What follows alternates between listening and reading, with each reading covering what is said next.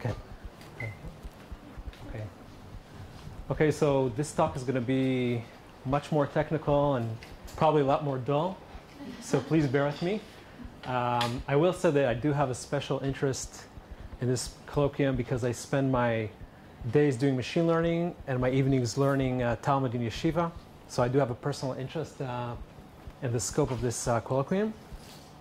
I'm a director at Intel's Artificial Intelligence Products Group, which is a relatively new organization. And what we do is we have various products in the artificial intelligence domain, both hardware and software. And today I want to give you kind of a practitioner's perspective on what's happening in machine learning and artificial intelligence in general. So there's a lot of buzz. I don't think there's a more buzzworthy term today than artificial intelligence. Here are some recent comments which you might have seen. So Andrew Ng, who is one of the main proliferators of this technology, said AI is the new electricity. Just as 100 years ago, electricity transformed industry after industry, AI will now do the same.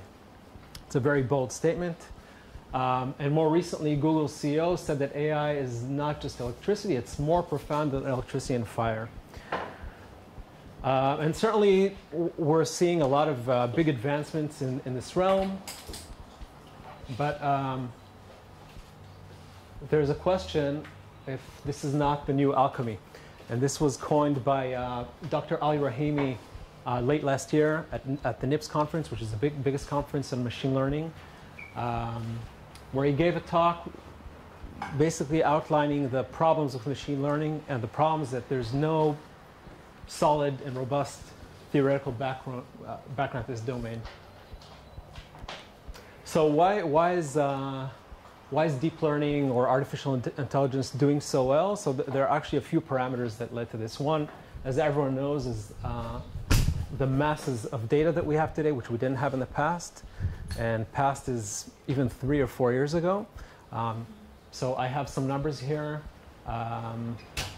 So average internet user by 2020, we project is 1.5 gigabyte. But if you look at the autonomous vehicles, connected airplanes, we're getting to the terabytes. And then smart factories, 1 petabyte. You can imagine what a smart city would be like. And the cloud providers just growing and growing. So there's no way we can make sense of all this data without using AI. On the other hand, we finally have enough data to make these algorithms work. So as you know, neural networks and a lot of these technologies we're using today have been around for a very long time, but they just haven't been practical. Are these times over a year or what period of time? These are daily numbers. Oh, daily. Projected for 2020. Yeah. Right, so these are really large numbers. And a couple of other things that I see there's some problem with the font, so I hope you'll be able to see this. So a couple of other important factors is compute. So one of the issues with deep learning today is the way we work is pretty brute force. If you look at all the big advancements in deep learning, if we look at the first convolutional neural network, which was used effectively to detect objects, the way it was done was basically running an optimization problem over and over again, feeding in more and more data, and trying to optimize the parameters, right? So it's not just a matter of data, it's also compute. So whoever has the most compute can get to a solution quicker. And that's another thing that happened is that we have breakthroughs in compute, whether it's using GPU technologies or specific accelerators. Compute is another really important parameter. And that also led to this breakthrough. And then as a result of these two, there's a lot more innovation happening.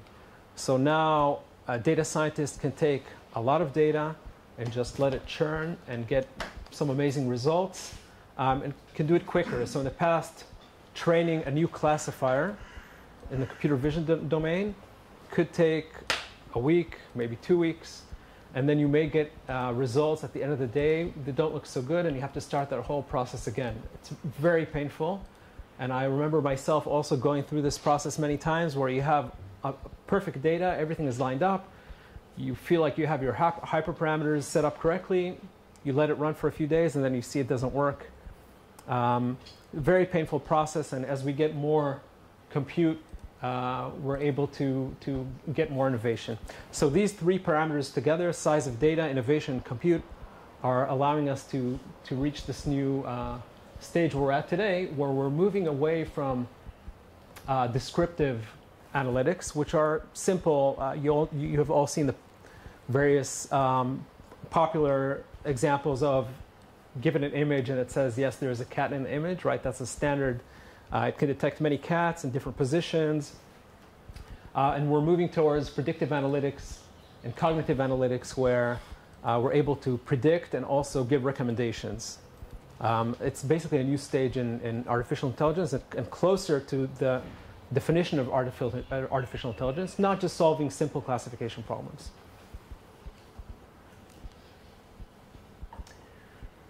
So we see artificial intelligence being productized today in consumer. It's very quickly moving into health and finance. The banking domain announced that 2018 is going to be the year of AI for banking, which is a really big move for banks. It means basically taking all this personal data and actually doing, just running algorithms on top of it. And there's some risk in that. Perhaps moving it to the cloud where there could be privacy concerns. And then moving into government and energy, and we know a lot about transportation. So it's definitely going to affect our lives much more than today. Today as consumers, it detects faces of images we upload, that's fine, but it gets a bit hairier when insurance companies are using masses of data to understand whether a new customer should be allowed to take this new insurance or whether to give credit to a customer. So it gets much more hairier, and then these moral dilemmas come into place. And as far as the rate of adoption today, if you look at all these big customers and companies, they'll say 12% are actually using AI systems in production, but 60% or so are researching it and would like to get it inside. How are you defining AI? So AI today, under this definition, it's mostly deep learning. It's not the more complicated. So where would a neural net fall in that? Deep learning, yeah. Yeah, it's definitely there, but the definition of AI changes, right? So How do you define deep learning? deep learning, anything that's using large amounts of data and has more than 2 to 3 layers as far as the compute. So I can just press you a little bit. By learning, you mean by repetition, you reach some kind of optimization, is that it? Yes. Yes. Yeah, I'll get into the details. Okay. Mm-hmm. Yeah, so the definition, by the way, of the problem is very difficult because is deep learning just neural nets? Is it some other technologies which are using a lot of data but perhaps not using neural nets? It's not so clear. Different people have their own definitions, but what's being productized today is mostly the standard types of neural networks we're familiar with. The 12% just seems shockingly low. Yeah. These are based on Forrester research numbers, so it's a wide breadth and variance of customers, and there's a big difference between production and research. There's a lot of companies that are doing research, but it's still not fully integrated into production environments. And that's, by the way, that's part of the problem with this domain is we see a lot of publications from companies. But then when we actually talk to them, we see that, oh yeah, this is in research, we're still trying it out. So part of the challenge in this, one of my own challenges is that when I go to a conference, all the publications have already been, we already have them implemented in-house. So the rate is just, the rate of publications and innovation is so quick, it's difficult to come up with. Every day you see a whole list of publications that you need to follow and read, and I don't think there's another domain like it that's just moving so quickly. Okay, so as far as the breakthroughs, you can see here, human image recognition has pretty much stayed the same. For computers, it's really improved over the years, especially with deep learning. So it started out with some of the earlier topologies, like if you're familiar with AlexNet, that was one of the first neural networks to achieve a high level of recognition. And then throughout these years, recognition is getting better and better across a wider set of objects, and it's also getting thinner. So on the one hand, we see neural networks that are more accurate. On the other hand, they're able to remove some of the neurons and get the same accuracy. So it's very interesting. It gives us a little bit of insight as to whether we're just our solutions are too brute force. If we're able to compress these networks and get the same accuracy, it raises a lot of questions. I'll also show some statistics on that. And then on speech recognition, the same. Speech recognition, if you were to ask data scientists in speech recognition a year ago whether they believe an end-to-end deep learning pipeline could solve speech, they would say, no way. We have to have a certain piece of speech pre-processing, in other words, using classic techniques to obtain phonemes and such, and then throw that into a deep learning pipeline. But today, there are methods using deep learning all the way. In other words, taking recorded speech, putting it into this black box, and getting near perfect understanding of that speech. So both of these have shown amazing breakthroughs. And then also in health, where in health there's a real concern because it's not always clear when you're preparing the data how to feed that data into the algorithm, because you have different doctors and they have their own opinions, and you have to give the algorithm ground truth. So there it's a bit more difficult. It's not like taking images of cats and saying, okay, this is a cat. There's a lot more variance in opinion, but even so, there's a lot of interesting results.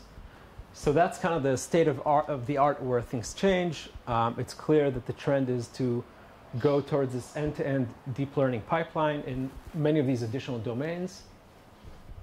I was going to comment. I wanted to ask you a question on that slide. I was noticing that in your image recognition, you're dropping rapidly to the human era rate, and then there's no improvement beyond the human error rate. Any reason why? Is that in some way human are optimal, or is this something we really can't go beyond? So I think that's just the goal, and if you can see closely in the line, it is improving more and more, but it's kind of fluctuating. It's just not able to get. You're not doing a really deep drop right. like you did before. Right, it's right. Just slight improvement. So I was wondering, you don't have a reason why that's true. So it seems like that's the optimal state, but I'm going to show some new technologies that are kind of pushing the envelope a little bit more. And I'll explain the insight why also. It's related to the data as well.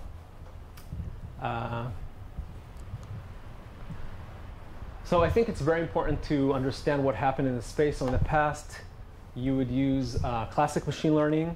We would spend a lot of time in this box right here with the features, the top box here, basically human engineering the features. Okay, so trying to find edges, or if I'm trying to solve the problem of detecting faces, I would look for edges, perhaps measure the distance between the eyes, and try to find strong features in the face.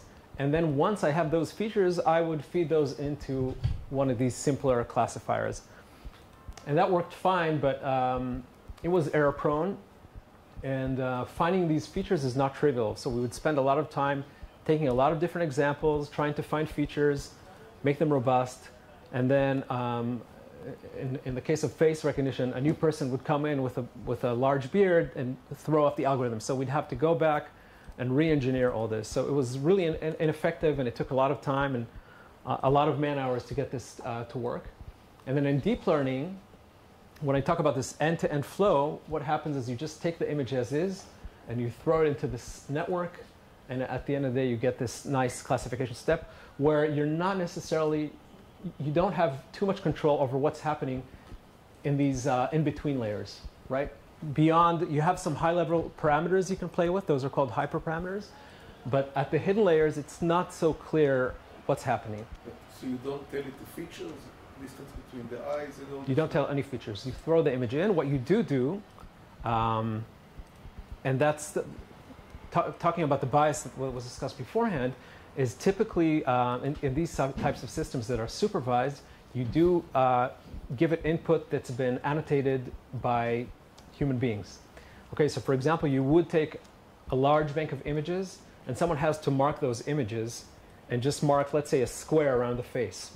That person doesn't have to mark the edges, but say this is a face, and give a whole set of images that are not faces as false positives, and then throw all that data in. That's human. Right, right. So maybe that's why the function cannot work better than human. So there's some new algorithms. There have been unsupervised methods for a long time, and there's a lot of advancement in that respect also. So part of the reason is certainly that, but I think these unsupervised algorithms are, over the next few years, are going to make a big push forward. And in unsupervised, you don't really need to annotate the data. You just throw all the data in to this black box. Let me ask another question. In neural networks these days, do you simulate the neural networks on a standard computer, or you build a special instrument to physically represent the neural network? You mean during training time? No, I mean, I'm guessing that the neural networks are running on standard computers. It just Okay, so runs on a GPU usually. So effectively, you're simulating the structure, So there's architecture two. of the neural network. Yeah, so it's important to define there's two different stages. One is training, and that's when you create this algorithm. Okay, and training is when in certain flavors of training you do have a simulation element, right? So again, this is a really big domain. There's one flavor which is called reinforcement learning, and there you have a simulation element where actually you could be simulating a scene. Maybe Mobileye will discuss that. You're simulating a scene, and then based on that simulation, you're feeding that data into your training. Here, what's happening in the standard kind of image recognition phase is you have a huge number of training images. Okay, these images have typically been marked by a human being.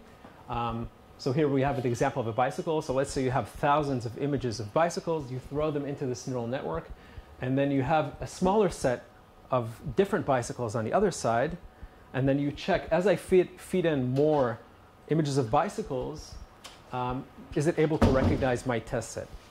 Okay, so over time I expect it to be better.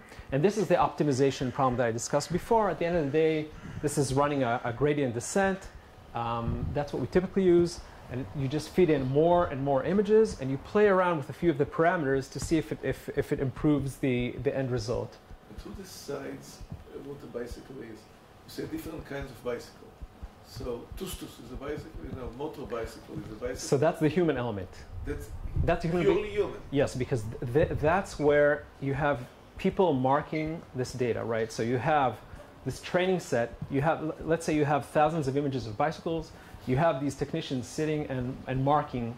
So okay, these are bicycles. So someone has to decide whether motorbike or right. bicycle. Yeah. Yeah. Now, again, there's some other techniques. There's more advanced techniques. I don't think we have the time to get into now. There's the generative techniques that Oren showed an example of today, where you can generate images based on some of this ground truth data. You still have to decide. You have to decide, the category is human. Yes. Yeah. And the test set as well. So that's why you know, right? You marked that this is a bicycle, and on the training example is the same, and then you go through this loop. I just want to back up this problem, because in the early days of neural networks, the US Army thought that it had found a neural network to recognize tanks in a forest. They worked for a long time, and then they realized that the network had optimized on the clouds in the sky. Right. So, but it's interesting that there's still the same problem of we have to, first of all, we have to isolate the object, which is right. What we do as human beings very well. Right. Same story of a panda and a person. Yes. You have to you call it a panda, so it's a human. And the new difficulty we have is when we use classic machine learning, it was easier for us to debug these algorithms, because we'd say, okay, so let me take a step back. Why didn't it recognize this face? Oh, because one of my features is wrong, so I'm going to re-engineer it. But now with this, it gets a bit more difficult. So because what's happening in these hidden layers is not always clear. So there are different tools to see what the probabilities of each pixel are, but still, it's not the same control that we had before. And your training data can cause weird things to happen. When one of my friends who did her dissertation on this posted the saddest Facebook update ever. It was, my algorithm has decided that triangles near lizards are sailboats, always. Because her training data only had lizards on the beach, and therefore mountain ranges were labeled as sailboats if there was a lizard in the image, because they were triangular. And basically her machine learning went, not machine learning, her deep learning went off the deep end and decided triangles near lizards are sailboats. So anyone who has worked with deep learning has experienced that. Because sometimes they're mountains. By the way, I think that partially explains that low 12% number we saw before, because to productize these is much more difficult than to publish a paper. You often have a product working really well, let's say in the US, and then you get it out to Asia, and then it just doesn't work because the environment is different, because people behave differently. Just to propose, I think it's very simple, and it goes back to become very human and almost maybe worth nothing, because you told it that it knows the triangular sailboats are sailboat, and no one thought to introduce mountains. So there is no way the machine can distinguish between mountains and sails unless you tell it. Unless a human tells it there is another triangle which is not a sail and it's a mountain. You need a human. So actually, you need a human at every stage. You know, let's say there are several pixels that are alike in a mountain, in a sail, and in an envelope. And, you know, so you have to. A human has to come and tell it. This human is has an to be in the envelope, loop. this is a mountain, this is a sail. And Again, what within citizen science projects do is there's been Mechanical Turk with Amazon. There's been a variety of different projects. Google has pioneered many of them to get the public just labeling images, and we're often tricked into doing this. Because if you think about the kinds of things we do in Facebook, where we're asked label who's in this image, Twitter label who's in this image, they also data mine what are the words that are written with Instagram pictures and the picture. We're training algorithms all the time through our social media because we don't read the terms of service. Yeah, that's why these companies have a lot of data. It's a lot of power. So it's true, and that's one of the big. So what I feel has changed over time is in the past, we would spend a lot of the time on the algorithms themselves, and now we actually spend a lot of time. I think I have a slide on this. Yeah. So here's just a use case of defect detection. We're actually spending 30% of the time on experimenting with different algorithms and playing with hyperparameters.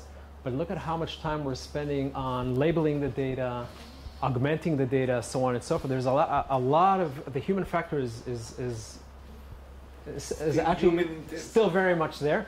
Again, there's a big caveat that there is a whole realm of unsupervised learning and generative adversarial networks where you can generate some of this training data. So there's a lot of other research projects that are working, showing very compelling results. But in production, most of the work is supervised. So the human is in the loop for annotation of data as well as for validation of the data. And as the data becomes larger, it becomes more of a challenge, right? Because getting people to sit around and annotate millions of images or go over speech data, and some of the data is very difficult to understand. So as I mentioned in the health sector, it's a big challenge because you have different opinions from different experts. So how do you mix those different opinions? And one more point that bothers me. Let's go back to the sails and the mountains. Once you tell it, no, it's a mountain, that's not a sail, and you train it, these are mountains, these are sails. Do you have any idea how it distinguishes between mountains and sails? So a few clarifications. First, you don't have to specifically say this is a mountain. This is a no sail. If over time you give it enough images of sailboats in different environments, it'll understand by itself. There are methods to kind of peek at what the neural network is doing, to look at which pixels contribute most to the final decision, and then get a sense of understanding there. But again, it's still far from the power that we had in the past when we were engineering these features. Right. So there's a fine balance still. Yeah, it's one of the big challenges. I think Oren showed this particular example in the top, but I wanted to show this in the morning. We spoke about dialogue. So what we see, which is really interesting now in machine learning, there's a lot of dialogue systems in machine learning. So this is an example where you have an adversarial network. You have two neural networks fighting each other in a sense. One is feeding it, one is learning, and the other one is feeding it true images and fake images. And over time, this network learns what a real image is. So it's kind of a teacher-student relationship. So that's something that's happening a lot. Not only publications, it's being productized as well. And not only in the image domain, by the way, also in speech. And so we do have some kind of dialogue between neural networks, which is very interesting. And then I also wanted to show this is just to show it's true we have a very high recognition rate, but how easily we can fool this. Now it doesn't think it's a panda, it thinks it's a gibbon, but the confidence went way up also. The algorithm has 99.3% confidence that it's a gibbon, whereas before it was only 60% sure. And that's only with adding this noise that to the human eye, there's no way you can see the difference. So that shows kind of the robustness issues that we're having with these algorithms. And here's a scarier example where this type of noise is fed into a driving system, and it's able to remove the pedestrians from the image. So you can imagine how dangerous that could be. This is, by the way, the segmentation results of that image. And this is when it segments once it has this noise in the image as well. So this is the same kind of trick where you take some kind of noise, this adversarial noise, throw it into the recognition. Yeah, but to the human eye, you won't see a difference. Similar to this panda. Even if you look at this image up close, you won't see the difference in the panda. Now, is that noise, what we're calling noise there, is that a carefully constructed pixel pattern specifically designed to fool the system? Yes. So it's not actually noise. I mean, exactly. It's not random noise. It's noise that was generated based on a learning process. Yeah. So it's not really indicative of how flawed the system exactly. is. Right? It's not how easy it is to. It's not like you change one pixel and then, or just throw random noise. This was noise that was learned. It just shows the problems with potential security threats, right, with using such an approach. It's a sensitive system. Right, exactly. Sensitive meaning not robust, or sensitive meaning that it can identify flexible? No, the first, and kind of playing devil's advocate to the first slide I showed with that 97% impressive numbers. When you go into practice, there's someone has to be very controlled with this noise, but this could have terrible repercussions, right? As in the image below. I won't go through detail here, but this is kind of the same thing in the speech domain. It's not just in images. Look at this one here. This is a real output, right? Siri, I'm bleeding really bad. Can you call me an ambulance? Sure, I'll call you an ambulance from now. So the same thing is happening in all the domains. This is not an image-specific problem. I'm going to skip over these quickly, but just so the challenges. I'll try to go through this quickly in the interest of time. I spoke about compute. Compute is actually it's not just having more CPUs or GPUs. It's also how to scale the technology. So typically, when we solve the real tough problems, we have to have a lot of computers interconnected. We need memory. So it's just a full system. And a lot of times just saying, OK, this CPU versus that GPU or accelerator is not enough. We need to see how this technology scales. So it just really affects the wide band of hardware offerings we have today. And then I spoke about the labeled data. There's been a lot of theoretical work showing that as you increase the data, the accuracy improves. This is actually something that in community has been proven theoretically, which is really interesting. So here you can see on the axis, on the vertical axis, you see the validation score for this is for speech. Okay, so you want it to drop over time, right? You want to, when you're testing speech output of a system versus the ground truth, you want it to be lower. And as you grow the training set size, you see how it drops. Well, what's the metric for the vertical? That's just a log scale. It's a log scale. It's log scaled, and there's different ways to measure it. It's the word error rate or character rate. In order to increase accuracy by 1 unit, I need 10 times more. Yeah, but this is only in the domain of speech. In other domains, it's different. In speech, you typically need a lot more data, but here, this is they actually proved in this paper. I can send you the papers are really interesting. They actually proved this theoretically why this is so. So it applies to other domains as well.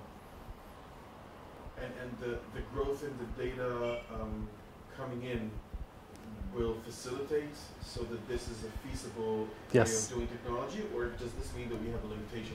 Well, again, depends on the domain, right? I think in health domains, it's more of a challenge. I think in anything that's consumer, we have this data available, like video data, images, speech, text. Why do you think health domain will be harder? So the big problem there is the annotation of this data. You can't send this data offshore and send thousands of these X-ray images and tell people, okay, go ahead and mark it. You need to have experts. So, and even if you were to theoretically have all these experts sitting around and marking the data. I thought you were talking specifically about health transcripts with audio recognition. No. That's taken care of, yeah. That's why I was confused. Yeah. Right. So the whole document classification is a relatively simple problem. How much more time do I have? 5 more minutes. 5 more minutes. Okay, so I'll skip this. Yeah, here I want to highlight, this is a typical neural network where you have, and you can see glimpses of what's happening in the pipeline, right? So as we go through the different stages in the pipe, you see what kind of features it's getting out from the image, right? But the way that, my point here is the way this was constructed, the fact that you have a convolution step here and a ReLU, an activation function there, a nonlinear function there, and then another few convolutions. The way this was designed, it was, again, just doing a lot of trial and error in a sense. So it's not like there's a theoretical backbone that proves, yes, having 3 convolutions after a nonlinear step always works better. This was, in a sense, a lot of trial and error on a large system. And today what practitioners do is they take one of these existing topologies, and then they throw their own data at it, and they see what the results are, and then they add one more layer here or there. It's starting from scratch is not what most practitioners do today. And then the machine could recreate the neural network itself, or to create a better neural network. Yes, so that's the next step. So just quickly, I want to talk about, I have some interesting examples on that, and I think that's a big kind of game changer in our industry. But this shows taking this previous topology, this AlexNet topology, and just trying to prune it and quantize it. In other words, what I'm doing is I'm removing neurons which have less influence on the result, and I'm also quantizing down. So instead of using 32 bits, I quantize it down to 8 bits. And I can keep the same accuracy after this, and I compress it quite a bit. So I can compress it to 3% of the original neural network by employing all these tricks.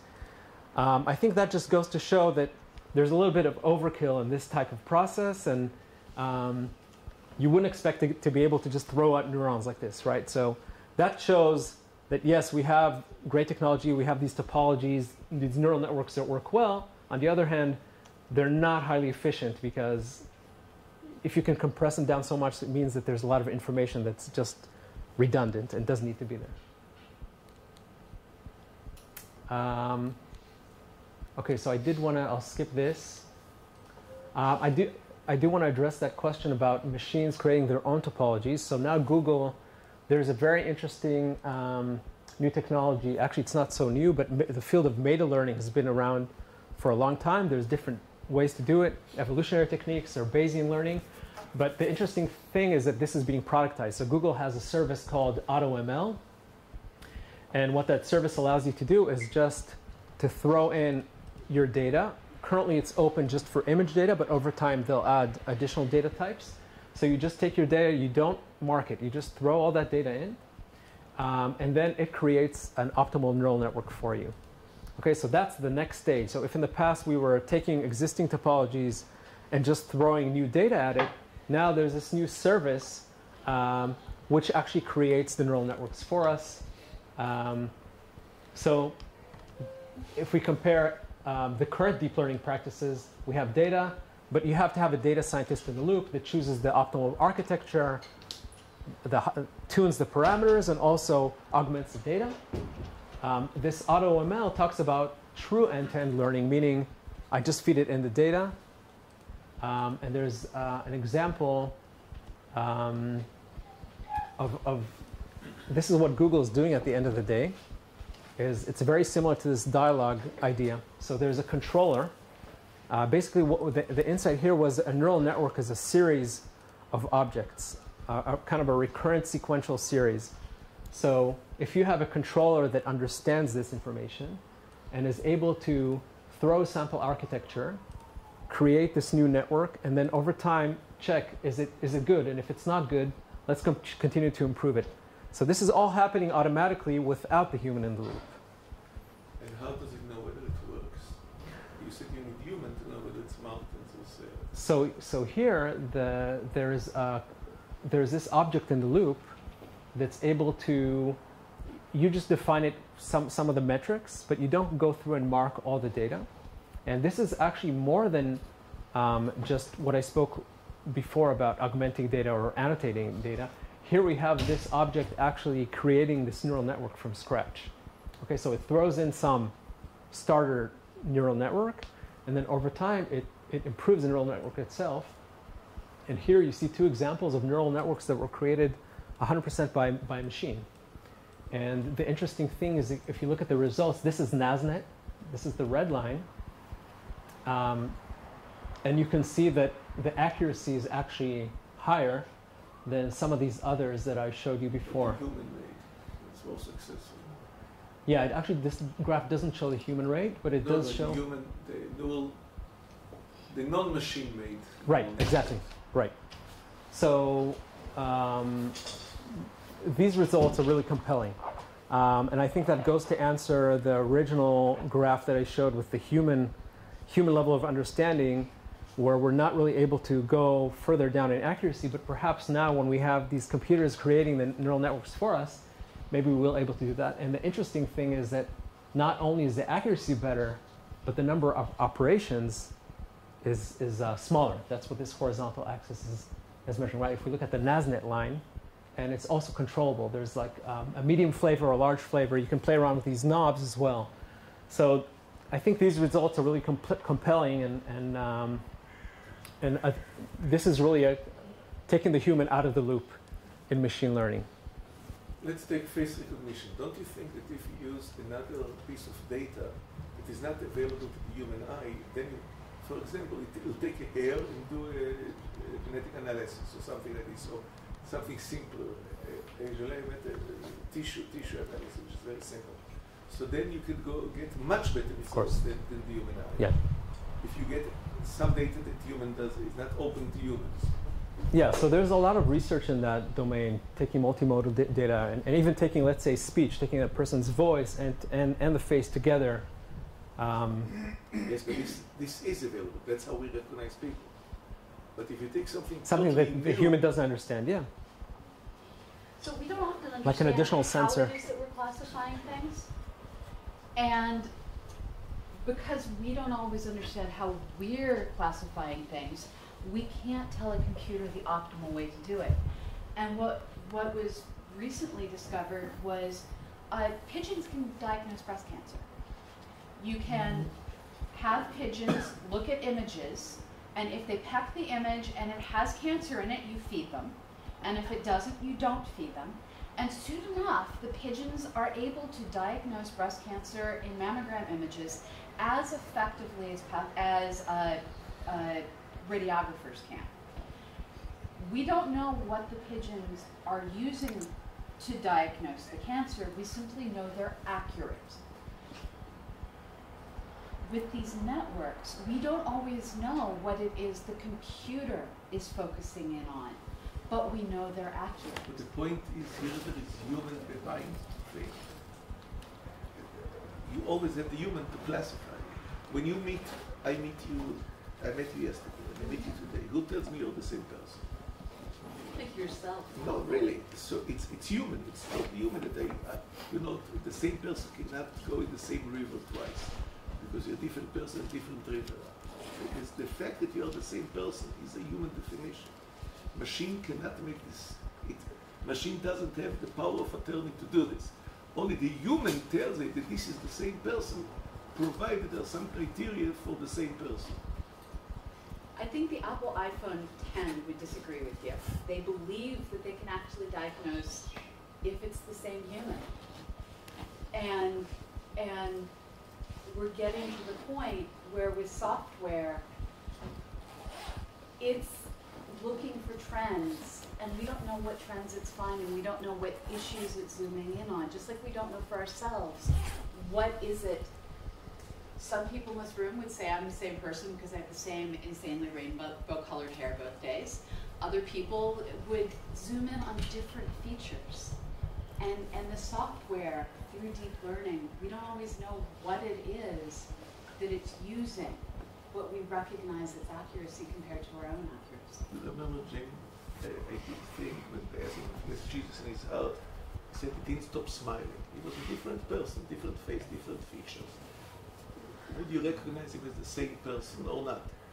I think it goes deeper than that. It's human decision that he is the same person, even though he changed.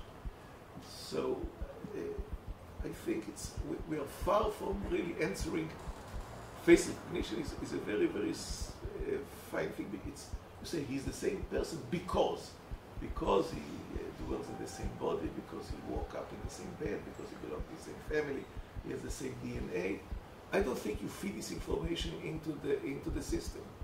What makes the same person the same person? How do you attach a face to a person? Who tells you that's not his identical twin? I think by you, in your term, if he has an identical twin and it recognizes identical twin A as B, is a success. Right. We define the metric. That's part of the problem. So we define what the accuracy metrics are. Okay. I think we can continue to our next section. Thank you very much.